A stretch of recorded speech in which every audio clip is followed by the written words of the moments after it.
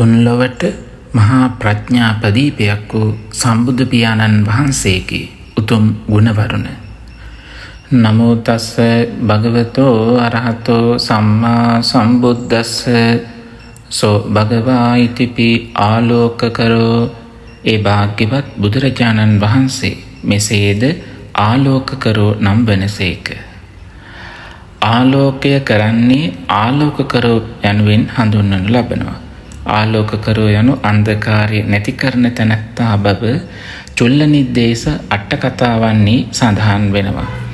සම්මා සම්බුදුරජාණන් වහන්සේ මෝහන්ධකාරයෙන් වෙලී සිටි ලෝකයාට ප්‍රඥාපදීපය දැල්වීමෙන් ප්‍රඥාලෝකය ලබා දුන්නා. අවිද්‍යාන්ධකාරයේ ගැලී සිටි ජනයා ඒ උතුමන් වහන්සේගේ දේශනාව නැමැති ආලෝකයෙන් අඳුර නැති කරගන්ට යෙදුණා.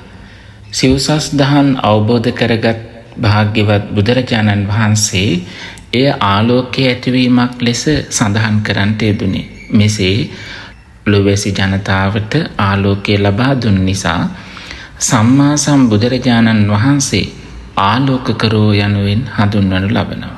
සාදු සාදු ආලෝකකරෝ නම් ගුණයෙන් සමන්නාගත සම්මා සම්බුදුරජාණන් වහන්සේට අප සැමගේ උත්තමාංග නමස්කාරය වේවා. සම්බුදු ගුණ සුවඳින් සැමසිත නිවී සැනසේවා. සාදු සාදු සාදු. සංසුන් සුවපත් ජීවිතයකට මඟ සුකේසි සදාම් නාලිකාව.